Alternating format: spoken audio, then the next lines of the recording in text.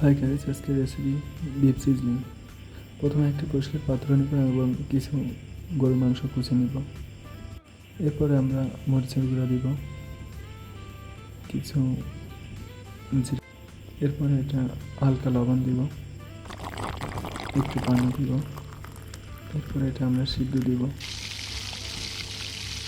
গরুর মাংস যেহেতু এই জন্য 4টা সিদ্ধ দিব। এরপরে নামিয়ে ফেলবো, একটা ঝুড়িতে ঢালবো, ঢেলে পানিটা শুকিয়ে নেব।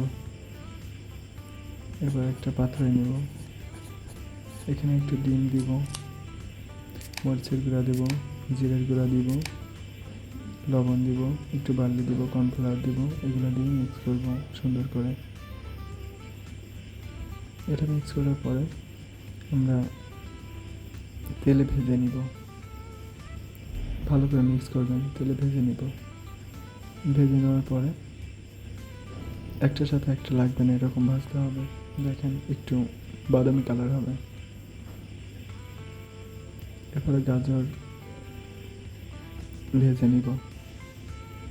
গাজরটা ভাজলে একটা নরম হয়, একটু সফট হয়, সুবিধা হয়। দেখেন এটা ভালো করে ভেজে নিতে হবে।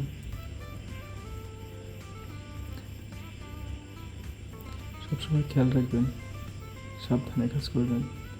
এটা ছড়িয়ে রেখে দিলাম, যে সব কিছু দেখছেন, রসুন, টমেটো, পেঁয়াজ কুচি। এখন হালকা তেল দিয়ে নেব, তারপর আমরা রসুন কুচি দিয়ে দিলাম। এখন এটা ভালোভাবে নাড়তে হবে, একটু বাদামি কালার আসতে হবে। বাদামি কালার হলে পরে টমেটো সস দিয়ে দিব আমরা। কিছু পরিমাণ টমেটো সস দিয়ে দিব, পরিমাণ মতো দিবেন, বেশি দরকার নেই।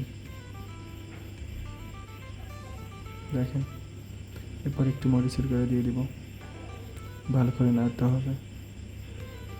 যদি মনে করেন যে নিচে লেগে যাচ্ছে, তাহলে একটু পানিও দিতে পারেন, সামান্য একটু পানি দিবেন।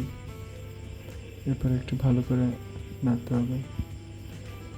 এরপরে ক্যাপসিকাম দিয়ে দিব, টমেটো দিয়ে দিব, তারপর আগে বিটটা দিয়ে দিব।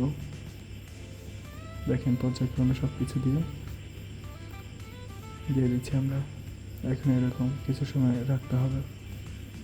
ভিডিওটি ভালো লাগলে পাশে থাকবেন, সাবস্ক্রাইব করে দিবেন।